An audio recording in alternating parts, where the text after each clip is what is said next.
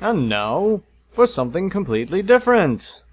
This is the Anglo tank. Yes, this beautiful creation is a tank made entirely of angles.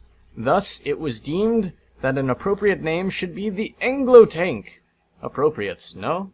I'm trying to get you a look inside, but the thing doesn't let me. Oh well, let's just launch it. And now that we are on the runway, you can see that the Anglo tank has glitchy wheels. Let's fix that real fast by locking the steerings on the middle wheels, because they are not supposed to be unlocked. They are not supposed to steer. This is a tank, entirely stock. Drives quite well, except when you flip it. Whoa, it's glitching. I'm trying to show you the inside, which has a couple of fuel tanks for storing fuel and, well, mainly for ballast, because it's too light. And then there's a little spot for a Kerbal to go in there. Of course, it can also be driven completely remote controlled, as I'm doing right now. And as you can see, it is a little unstable when you turn at high speeds. It can do a little dance. That's always a plus in your tanks, right? Oh. And there's what happens when you hit a bump, and here's what happens when you hit a wall. As you can see, I've destroyed some of my ammo, but as for the tank itself, it is completely... Okay, there's a busted wheel. Other than the busted wheel and doing more dancing, it is completely fine. And as for the weapon's effectiveness, not very effective. They kind of just... They make pretty booms, but they don't really damage anything, you know? Oh, and that one didn't even blow up. What is this crap? Oh, and if you flip the tank, you're kind of screwed. It just stays flipped. I need to do some more testing to figure out how ruggedized this thing is, like against like a plane crashing into it. For instance, let's go do that now. Here's a terribly designed fighter called the Fox 15B, once shown off on a Dahood stream, and now just kind of sitting here being useless. Let's fly it. As you can see, the Fox 15B looks okay, but is actually quite hideous. Actually, I can't tell how easily you can tell that it's quite hideous, but it is quite hideous. And so, in that case, I think it deserves to be crashed into the, whoops. I missed. But a piece of it landed somewhat nearby, therefore I count this a win. Wait, that's a Strikebreaker 21. Let's switch to that, because that will do it properly. Come on. Let me switch to it. Here we have a Strikebreaker 21, which is the best, most awesome plane I ever made, something like that, my favorite, etc., etc., etc. Let's take off with it.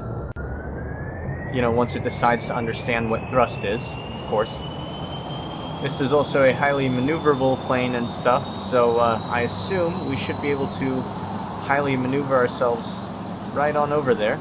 So it turns out the Strikebreaker I was trying to switch to turns out to be, you know, right there.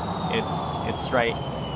It was actually not that far away, and I went and got another one way over by the mountains. See, look at it. There it is. Phew. Go flying by it over 100... I was about to say 1,000 meters per second. Yeah, 1,000 meters per second. No, 100 meters per second. Let's hope that when I don't go into loading physics distance of that Porsche over there that I don't, like, die or something of lag. Because that would kind of suck. Anyhow, I have to set my target. Is that the one? Nope, that's not the one. Here we go, the Anglo tank. And let's fly a plane into it! Or, you know, just barely miss by like 1 meter and blow up an entire Strikebreaker 21 right next to it, and it just does not care. Now that we have this Strikebreaker 21... Oh, now I see why this one was here. Yeah, now that we have this crippled Strikebreaker 21, I'm going to do the proper thing and quick save before I take off in it. Now that I am done quick saving, I will undo the brakes, turn up the throttle, regret turning up the throttle instantly, turn it back down to about 1/3, pull up, wonder why it's not moving. Okay, now it's moving. I'm going to start taking off with it. You know, eventually. Actually, it should take off fairly quickly. Yep.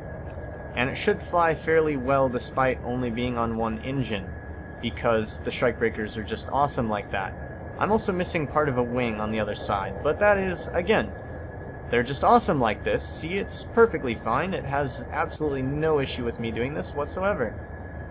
And there we go. We have the Anglo tank targeted into the targeting computer. there is no targeting computer, but we're going to pretend like there is for the sake of, I don't know, physics? No, wait, that's not a thing. We're also going to, you know what? I need to install KOS. Have you not heard of KOS? If you haven't, it's a, basically, it's a programmable computer for KSP based on scripts. Instead of being assembly and all in-depth like the whole programmable computer thing that was previously existing, it's based on... Ah! Yes, we hit it and survived. That's like 2 for 1. Oh, and it's Jeb. That's even better. That was excellent. So, you may be asking yourself, why are we suddenly on the main menu screen? Well, Kerbal Space Program decided it didn't like what I was doing and decided to crash. So, here we are, crashing into the moon. You know, the menu screen. So, I've decided we will abandon our mission of destroying one of those tanks, or seeing if it can be destroyed, which it looks like it can't very easily be destroyed, and we'll show you this quick little mini rover that I'm going to launch to Duna, I suppose, at some point. As well as this pilot seat I designed for use in, like, a biplane or something, you know, similar. You know, an open cockpit type seat. You would attach this to a regular piece of fuselage. Here, I'll just grab one of these. You'd attach this in the middle. Stop going to the sides. Oh, there we go, right in the middle. And as you can see, it fits fairly well right in with 1 meter parts and gives you a little open cockpit, which is nice. And then there's this thing where I was trying to design this tank around that cockpit, and I don't think I'll ever finish it. Maybe I will, but it kind of, you know, is shitty and has too many parts. So there's that. Thanks for watching, etc., etc. Werner von Kerman, folks. 2 Werner von Kermans. Wait. One of these is an imposter. They're both dead anyhow.